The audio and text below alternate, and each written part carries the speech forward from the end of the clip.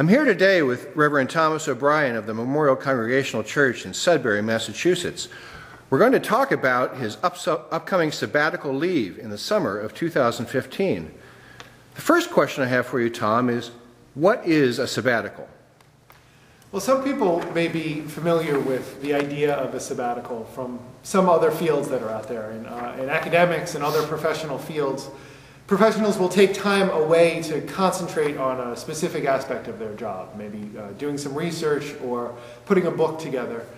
But for clergy, it really is rooted in the biblical idea of a Sabbath, taking time away for rest. But really more than that, it's a holy rest, time to be in communion with God and with others, time developing spiritual practices in prayer.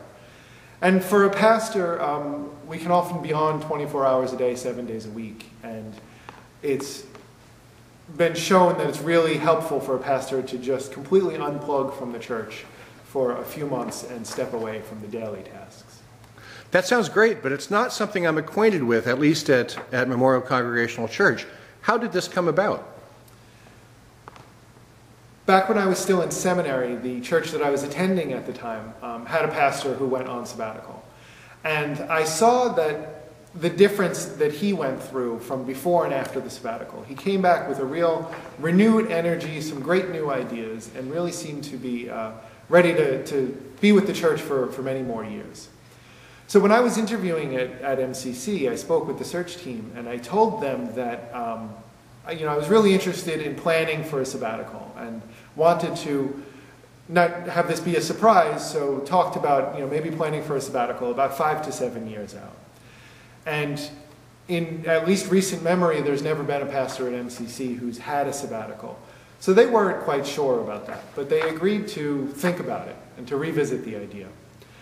So after serving here for about 3 years, the search team went to the deacons and had a conversation, and everyone agreed that it would be helpful to plan to have me go on sabbatical after 5 years. So that mark is coming up now. That sounds great. How will you use your time away this summer? I've developed a program that I'm trying to center on the themes of time with myself, time with my family, and time with God. So I have 3 hallmark events that I'll be going through over those 3 months. First, I'm going to be spending time away in a personal retreat at a local monastery, spending time with the others who live in that community, going through their spiritual practices, and observing how they work together as an intentional Christian community, living together 24 hours a day and running this community together. Later on around the middle of the summer, my family and I are going to go to a festival called the Wild Goose Festival. And the organizers of the festival describe it as the intersection of art, music, justice, and spirituality. This is a group of people who come. It's on a campground, and they come for a 3-day festival. There are national speakers who come in. There are people there who identify as Christians. Others just sort of think of themselves as spiritual. And they get together and they have a really good time for 3 days. They listen to speakers. They come together in prayer. They pray through music and have different art things and things for the kids and the family. So it's another opportunity to view an intentional community that's coming together, studying and worshiping together.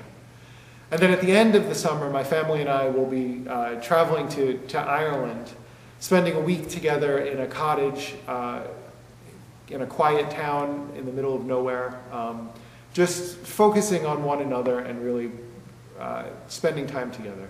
And then we're going to head over to Scotland to an island called Iona, where there's another intentional ecumenical Christian community called the Iona Abbey. This is another opportunity for us to get together, to worship with others. And this community also, when you come and visit, they give you some chores to do during the week, and people work together cooking and cleaning and things like that. So these 3 opportunities will really give me a chance to look at what it means to be a Christian community, what it means when people come together and call themselves a community, and then figure out how that translates to what we do here at MCC in the local church. Who will cover the pastoral responsibilities of the church while you're away? Well, the sabbatical planning team is working on two different ways to address that. First, they've agreed that it would be best to have a professional ordained clergy person come in and oversee how the church works. So over the next month or so, we're going to put together a job description, some expectations of what we hope that this person can do for us. And we'll pass that along to Wendy Vanderhart, the Associate Conference Minister of the Massachusetts Conference, and she'll help us to identify some candidates who are looking for a short-term ministry who would come in and cover any pastoral emergencies and sort of the weekly duties of the church. That all sounds expensive. How will the church pay for that? We've been really fortunate. This sabbatical planning team that came together began last spring to work on putting together an application for a grant through the Lilly Endowment. The Lilly Endowment offers a clergy renewal grant, and we've been fortunate enough to have been accepted as recipients of that grant. So they're giving us money to pay for all of the programming that we plan to do, for all of the travels and everything that I and my family are going to do, and also to cover for an interim clergy person to come in and take care of the pastoral responsibilities at church. Wow, that is great. What does the congregation need to do to prepare for your time away? There are a few things that we're going to work on. The sabbatical planning team is going to have a series of question and response meetings after church where people can come and ask questions that maybe we forgot to address. We're also planning on having some of the pastoral responsibilities be taken up by the church. It's my hope that this gives the congregation an opportunity to see that I'm not the only one who does ministry here, that we're all called to ministry in different ways. So we're going to run a series of workshops called Called to Care, a UCC curriculum that's put together that helps people understand how to reach out to others in the community, to do pastoral visits in hospitals or in homes, or to just go and sit with somebody who may be struggling. Sounds like a great plan. Will there be any celebrations or parties? Well, MCC sure does love a good party. So on my last Sunday here, on May 31st, we will have kind of a joint going away party, saying goodbye to me and welcoming the new pastor who will be coming in for the summer. And then on my return in September, we'll flip that around and say farewell to the interim pastor and welcome home to me. Sounds fantastic. Congratulations and best wishes for a successful sabbatical in the summer of 2015. Thank you.